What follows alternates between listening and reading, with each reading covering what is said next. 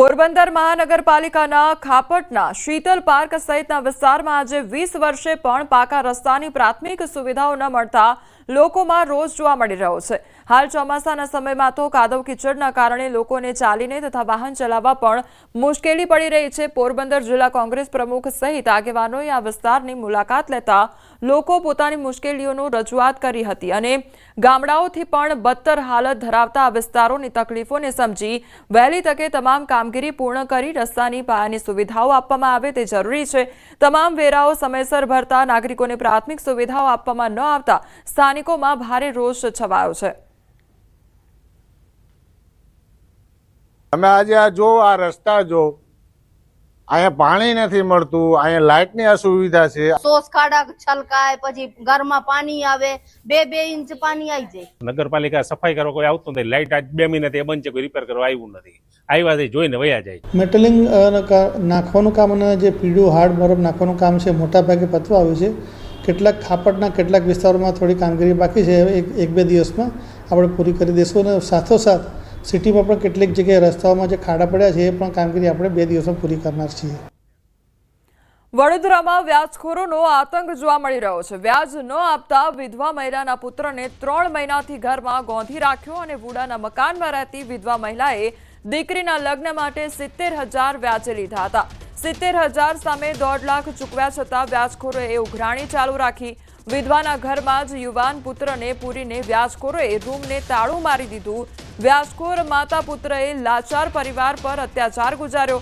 વ્યાજખોર નરેન્દ્ર દાવા અને તેની માતા શારદા દાવાએ વિધવા માતા પુત્રને માર પણ માર્યો અને પીડિત વિધવા ઘરની બહાર રહી લોકો પાસેથી ખાવાનું માંગી પુત્રને ખવડાવતી હતી। તો સામાજિક કાર્યકરે સમગ્ર મામલાની પોલીસને જાણ કરી। પોલીસે તાળું તોડી યુવાન પુત્રને બહાર કાઢ્યો હતો અને માંજલપુર પોલીસે વ્યાજખોર માતા પુત્ર સામે કાર્યવાહી શરૂ કરી છે। તો વડોદરાનો આ મામલો સામે આવ્યો છે કે જ્યાં વિધવા મહિલા પર અત્યાચાર કર્યો હોવાનો મામલો સામે આવ્યો છે। 10,000 વ્યાજ આપું છું મહિનાનું। હમણાંનું વ્યાજ નહીં આપ્યું એટલે હવે હા 4 મહિનાનું વ્યાજ નહીં આવ્યું ને એટલે આવું કર્યું એને મને મારા છોકરાને તો પૂરી જ રાખ્યો। મેં તો બહાર જ હતી, હું તો મારી બેનને ઘેર ગઈ હતી ત્યારથી એને તારું મારેલું છે। મને ચપ્પલ મારી, હજુ મને છાતીમાં બી દુખાવો થાય છે, મને ચપ્પલ મારી હતી તે।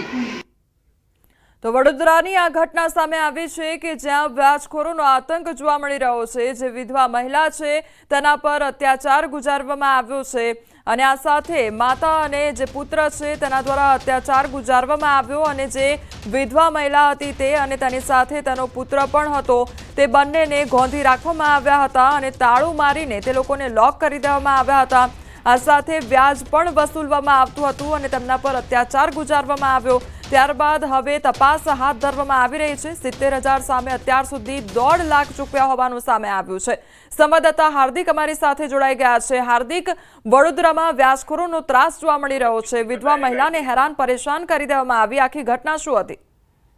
બિલકુલ જો એક તરફ આપણે વાત કરીએ તો ગૃહ વિભાગ અને પોલીસ વિભાગ એવું કહે છે કે અમે વ્યાજખોરોનો જે ત્રાસ છે તે સમાજમાંથી ડામી રહ્યા છે, પરંતુ વડોદરા શહેરમાં એવું નથી।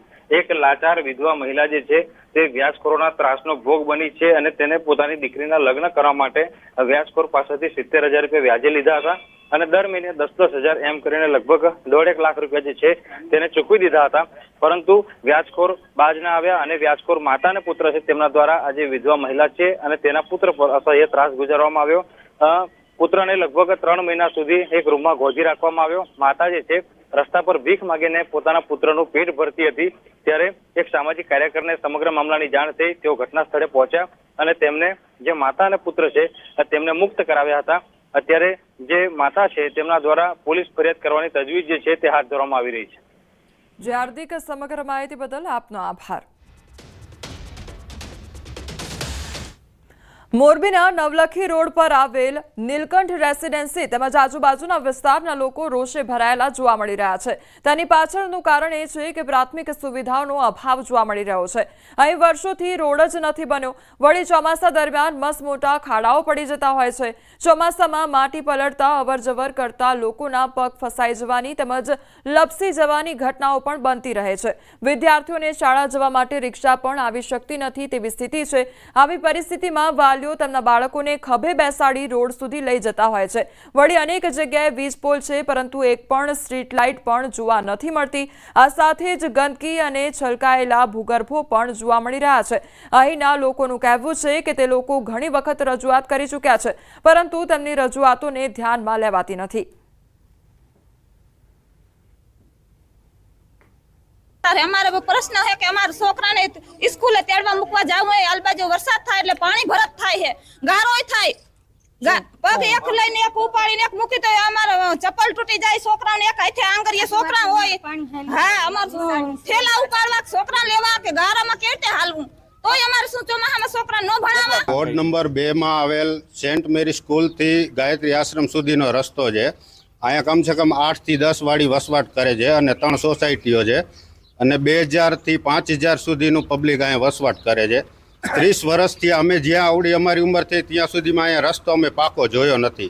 ઘણી વખત રજૂઆત કરવા છતાંય અહીંયા ક્યારેય પણ આ રસ્તો થયો નથી. આવા પ્રશ્ન કરી અને વયા જાય છે. આજ દી સુધીમાં કોઈ દી અમારા રસ્તામાં મેટલ પણ નાખવામાં નથી આવી અને આ 60 ફૂટનો રસ્તો છે પણ અત્યારે એમાં ગાડી પણ નીકળે એમ નથી, 4 વ્હીલ પણ. અને આ રસ્તાની અંદર આગળ સોસાયટીઓના કામ હાલતા હોવાથી 40 ટનની ગાડીઓ હાલે અટાણે ઢીચણમાં આ ખાડા પડ્યા છે. એની અંદર પાણી ભરાય તો જેથી કરીને કે સ્કૂલે જવામાં છોકરાઓને જવું હોય તો રિક્ષાવાળો પણ લેવા નથી આવતો વરસાદ હોય એટલે. એ અમારે